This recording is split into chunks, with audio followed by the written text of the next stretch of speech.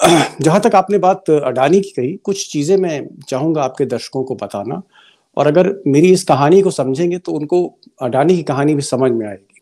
कभी कभी संतोष जी इत्तेफाक होता है। मेरे साथ एक बड़ा इत्तेफाक हुआ। मैं इन्वेस्टिगेटिव जर्नलिस्ट रहा और मैं ज्यादातर parliament, prime minister office, investigative agency और मिनिस्ट्री ऑफ होम अफेयर्स, ये मेरे 4-5 क्षेत्रों में मैंने काम किया। मैंने स्टॉक मार्केट में कभी काम नहीं किया, लेकिन जब मैं इंडियन अब्रॉड न्यूज सर्विस, जो अब इंडो एशियन न्यूज सर्विस हो गई है, INS, 3 साल पहले मैं यहाँ का एग्जीक्यूटिव एडिटर था। और मुझे एक जिम्मेदारी दी गई, क्योंकि एडिटर के तौर पे बिजनेस ब्यूरो भी था, कि साहब स्टॉक मार्केट पर आपको एक शो करना है। मुझे इल्म नहीं था स्टॉक मार्केट का। फिर मुझे स्टॉक मार्केट को समझना पड़ा, पढ़ना पड़ा। फिर एक डेली शो करते थे, और फिर वो जो डेली शो स्टॉक मार्केट पे मैं करता था, उसमें फिर हर तरह के हिंदुस्तान के एक्सपर्ट आते थे, चाहे वो रामदेव अग्रवाल हो, मोतीलाल ओसवाल के, चाहे वो विजय केडिया हो, जितने बड़े थे उनसे बातचीत करने का मौका मिला। और ये शो महीनों तक चला। उसका असर ये हुआ कि मैंने पहली बार स्टॉक मार्केट को बहुत करीब से देखा। उससे पहले आज तक में मैंने एक स्टॉक मार्केट पे स्टिंग किया था, वो स्टिंग चला नहीं आज तक पे, वो एक अलग विषय है।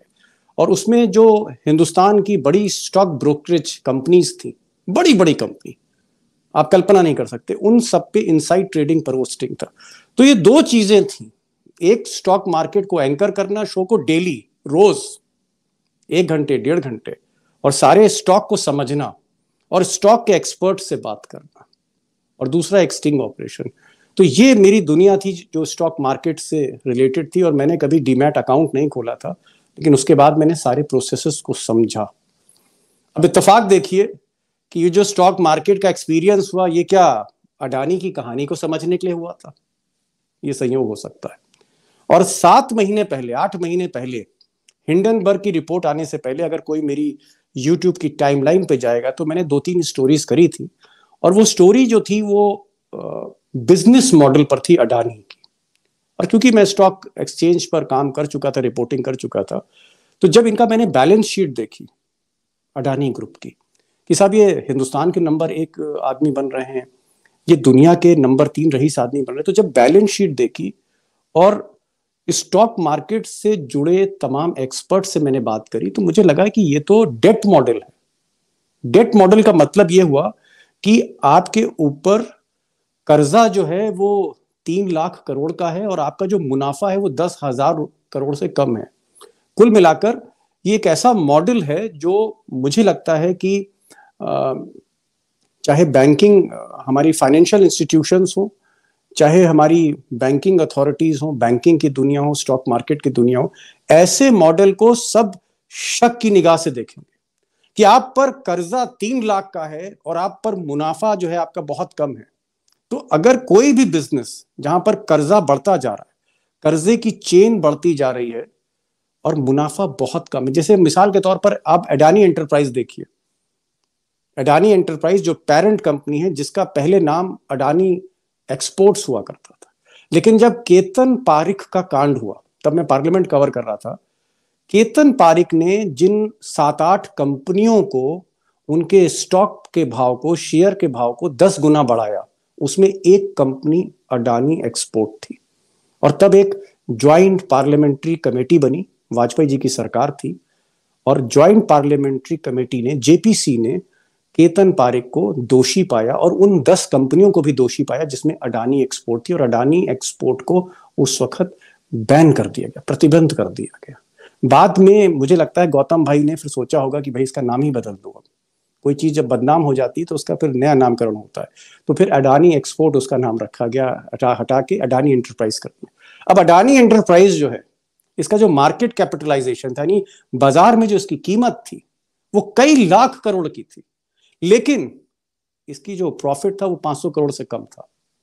सवाल ये कि आपका प्रॉफिट इतना कम और मार्केट में, बाजार में आपका जो भाव है शेयर का वो इतना ज्यादा, यानी आपके सारे शेयर ओवर वैल्यूड है। ये मैंने एक स्टोरी बनाई डेट मॉडल पे, और मैंने उसमें हल्का सा इशारा जो है वो विनोद शांतिलाल अडानी की तरफ किया कि भाई इनके जो शेयर के प्राइस बढ़ते हैं, इसके पीछे इन भूमिका विनोद अडानी की है, जो दुबई में रहते हैं।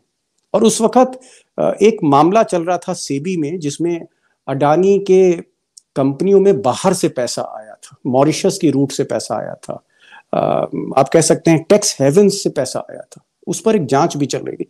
मैंने उसका जिक्र कर दिया 7-8 महीने पहले, और उसके बाद संतोष भाई आप कल्पना करिए इतना प्रेशर मेरे पे था, अरे कि आपने ये स्टोरी कर दी, नहीं नहीं इस पे तो मुकदमा हो जाएगा, अडानी जी मुकदमा कर देंगे, ये कर देंगे। मेरे तमाम जो यार मित्र थे, मेरे जो सहयोगी थे, जो बिजनेस जगत से जुड़े हुए थे या जो बिजनेस रिपोर्टिंग करते थे, फाइनेंशियल रिपोर्टिंग करते थे, कोई इकोनॉमिक टाइम्स में है तो कोई फाइनेंशियल एक्सप्रेस में, उनका ये आपने क्या बरैये के छत्ते पे आपने हाथ डाल दिया है, इसको डिलीट कर दीजिए।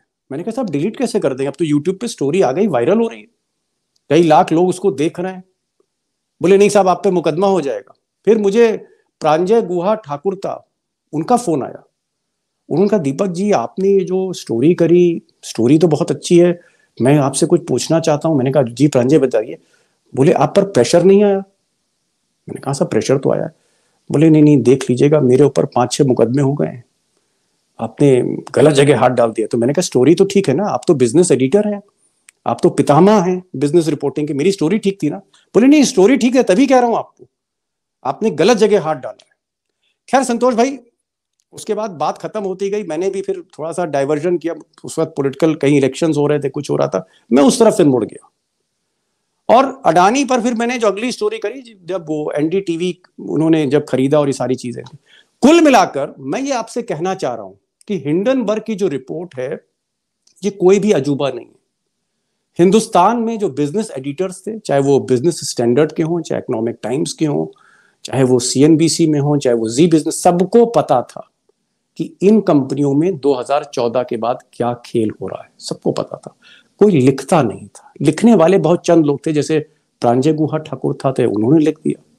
जैसे एक साहब थे वायर में, रवि नायर, उन्होंने एक स्टोरी कर दी तो उन पर डिफेमेशन हो गया।